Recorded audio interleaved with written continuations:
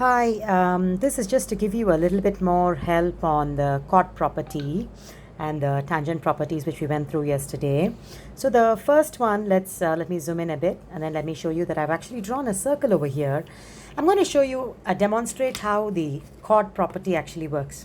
The first chord property states that if you have a chord, any chord that is drawn in the circle, the perpendicular bisector of the chord will always pass through the center of the circle. So I've got the center of the circle here, O, and I'm going to draw a chord here. Let me choose a nice length so that it's easy to show that it is bisected. Maybe let me choose 6 cm. I draw a chord of length exactly 6 cm. Okay, I hope you can see it. I'm drawing a chord of length 6 cm, and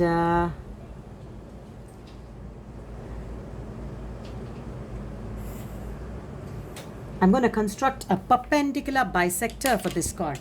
So you know how to construct a perpendicular bisector, right? You actually use this compass and then you go and try to do this. You learned this in Sec 1, constructing a perpendicular bisector. So I'm doing it now. Constructing a perpendicular bisector to this chord. Oops, cannot meet. So I've got to go and extend this. A perpendicular bisector of this chord.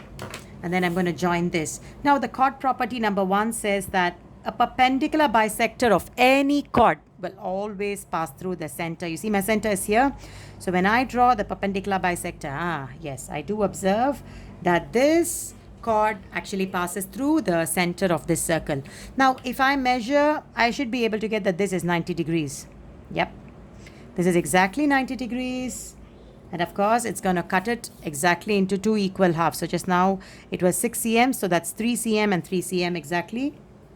So the perpendicular chord property number 1 states that the perpendicular bisector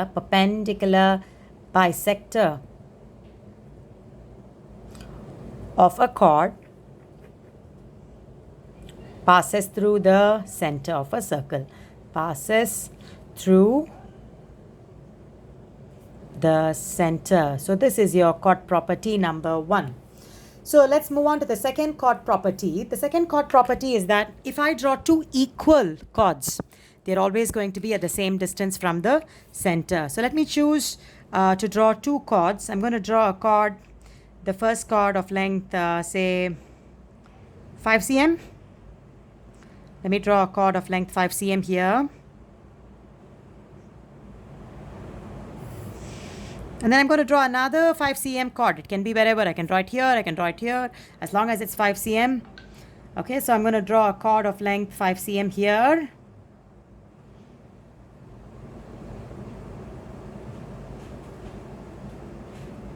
Right. Now, if I actually measure the line from the center of the circle to here, which is nothing but the perpendicular bisector itself, right? So if I draw the perpendicular bisector here passing through the center, if I draw the perpendicular bisector here passing through the center to the line, the chord property 2 states that those 2 lines will be equal. So let me do that. Let me draw the lines from the center for both the chords. Can you see it?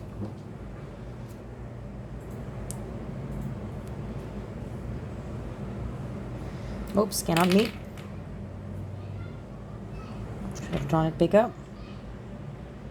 Okay, so I will join this line, which is the line from the passing through the center.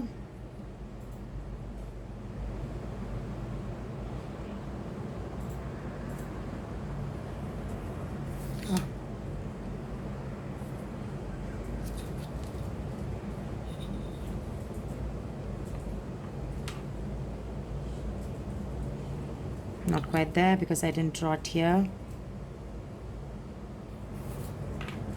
Okay, let me just erase it. Not passing through the center, which means my perpendicular bisector just now was not accurate. So should observe these are very basic properties, so it should go hold good. So let me draw a perpendicular bisector here.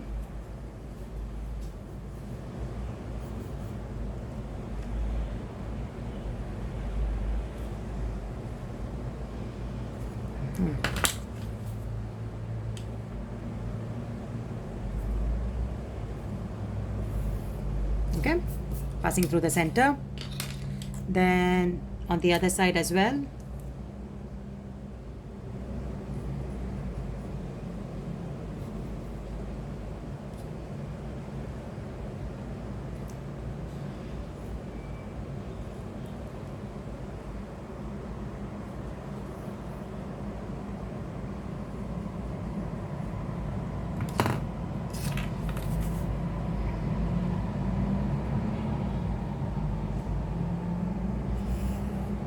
Okay, so if I measure the distance from the center of the circle to the two chords, so here I have 3 cm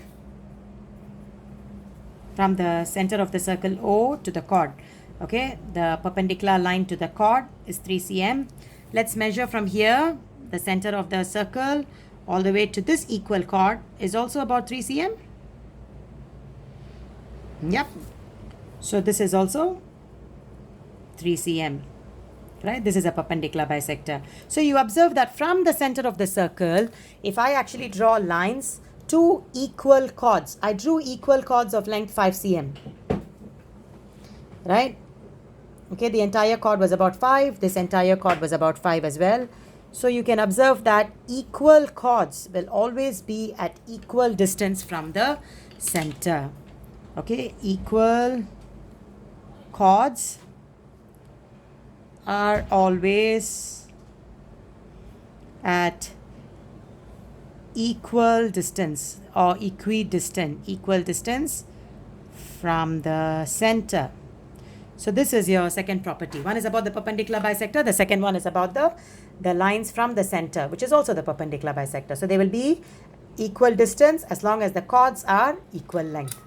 Okay, so these are the two chord properties. Let's move on to the tangent properties that you learned yesterday. So the first tangent property is basically about the radius and the tangent.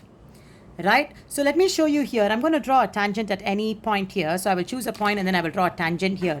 And I will draw the radius. Let's then measure the angle formed in between them. Okay, there you go. I'm drawing the tangent to the circle at this point.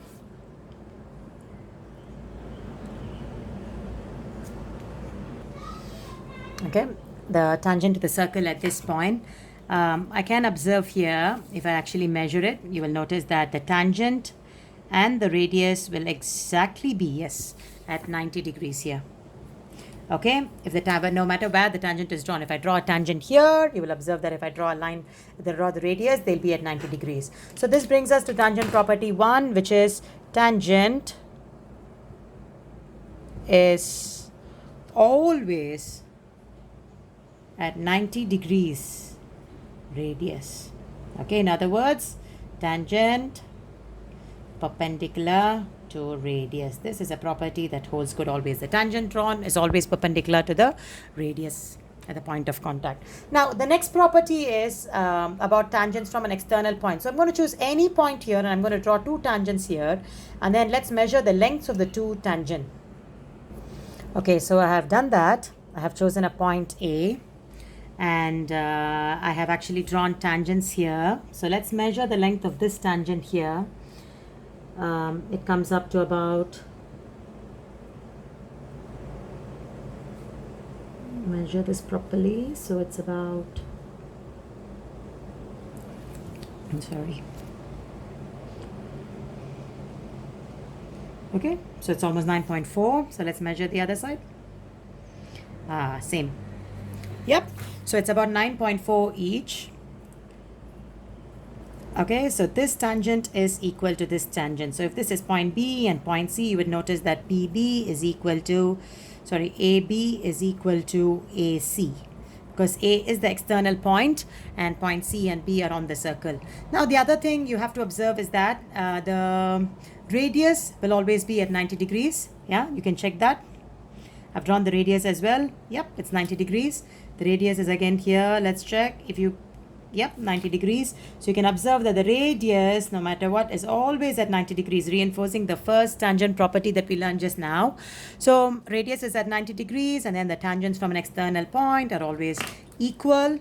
And then the another thing you also can take note is that from the center of the circle if I draw a line to this A, to the external point, you will observe that this angle is also going to be bisected. This one will be bisected, which of course means that this angle is also equal to this angle. Right? So tangent property 2 is basically this. You can say tangents from the external point are equal.